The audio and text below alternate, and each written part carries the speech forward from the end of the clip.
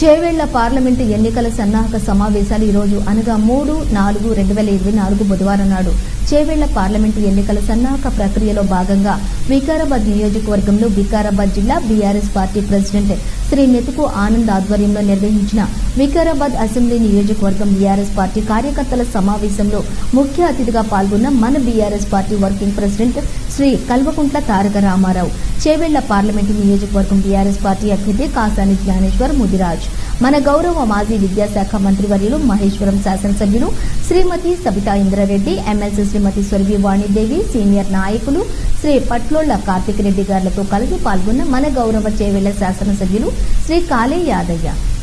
త్రాగునీటి ఎద్దడి నివారణ కొరకు ప్రభుత్వం అన్ని రకాల చర్యలు చేపట్టిందని సూర్యాపేట జిల్లా కలెక్టర్ ఎస్ వెంకట్రావు తెలిపారు. బుధవారం పెన్పహాడ్ మండలంలోని ఎన్ అన్నారం బ్రిడ్జ్ వద్ద ఎన్ఎస్పీ కెనాల్ను అదనపు ఎస్పీ మేకల నాగేశ్వరరావుతో కలిసి పరిశీలించారు.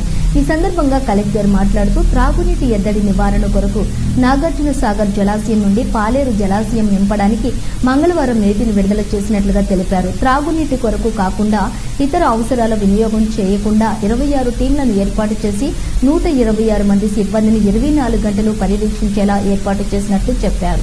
ప్రభుత్వం త్రాగునీటి కొరకు మాత్రమే నీటిని విడుదల చేసిందని, రైతులు బోర్ల ద్వారా నీటిని వినియోగించవద్దని కలెక్టర్ రైతులకు విజ్ఞప్తి చేశారు. సూర్యాపేట జిల్లాలో మరో 3 నెలల పాటు 393 ఆవాసాలు, 192 గ్రామ పంచాయతీలకు, 2 మున్సిపాలిటీలకు ఎలాంటి ఇబ్బందులు లేకుండా సమృద్ధిగా త్రాగునీరు అందించడం జరుగుతుందని తెలిపారు.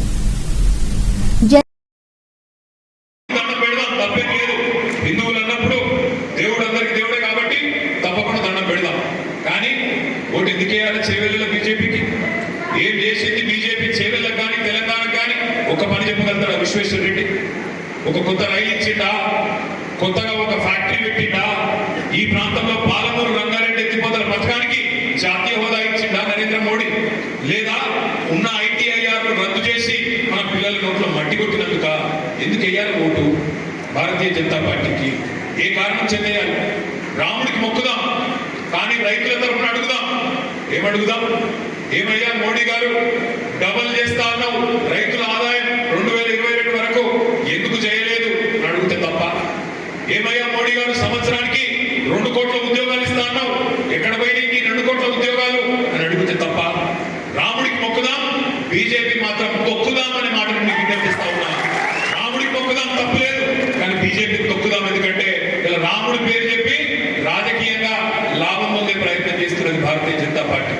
ఎట్లా తయారైందంటే కథ, ఊళ్ళలో అక్కడిక్కడ చూస్తున్నాను నేను, ఫ్లెక్సీలు పెడుతున్నాను.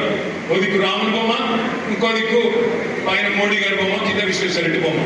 ఎట్లయిపోయిందంటే మన వానకాలం రాగానే అనే ఊళ్ళలో ఎట్లుంటుంది, సాయంత్రం పూట రాగానే కొన్ని పురుగులు మోపైతే ఇళ్లలో, ఆ ఉసిళ్ళు అంటారు కదా, ఉసిళ్ళు వస్తాయి. ఇంకా ఉసిళ్ళు రాగానే ఉసిళ్ళు ఎక్కడ బల్లులు మోపైతాయి, వాటి దిగుతాను. అయితే బల్లి వస్తుంది, ఇంట్లో మనం దేవుడి పటాలు పెట్టుకుంటాం కదా, ఐదారు రాముడు ఉంటాడు, కృష్ణుడు ఉంటాడు, వెంకటేశ్వర స్వామి ఉంటాడు, పోషం ఉంటుంది, మైసం ఉంటుంది, రకరకాల దేవుళ్ళ బొమ్మలు పెట్టుకుంటాం. ఆ ఉసిళ్ళు కూడా బల్లి ఉడుతుంటుంది, మనం కొడతా ఉంటాం. బల్లి పోవాలి సృష్టిలో కొడుతుంటాం. అయితే బల్లి ఏం చేస్తుంది, పోయి దేవుడి పటం మీద కూర్చుంటుంది. దేవుడి పటం మీద కూర్చోడానికి ఏం చేస్తాం?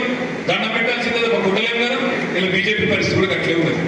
చేసిందేమీ లేదు కాబట్టి ఈ దేశానికి కానీ ఈ దేశంలో ఉన్న పేదలకు కానీ చేసిందేమీ లేదు కాబట్టి దేవుడిని అడ్డం పెట్టుకుని రాజకీయం చేస్తున్నది భారతీయ జనతా పార్టీ. అందుకే నేను అంటున్నా, రాముడికి మొక్కుదాం, బీజేపీకి తొక్కుదాం అని నినాదం తీసుకుందాం కోరుతాను. ఇవాళ మాట్లాడితే బీజేపీ వాళ్ళు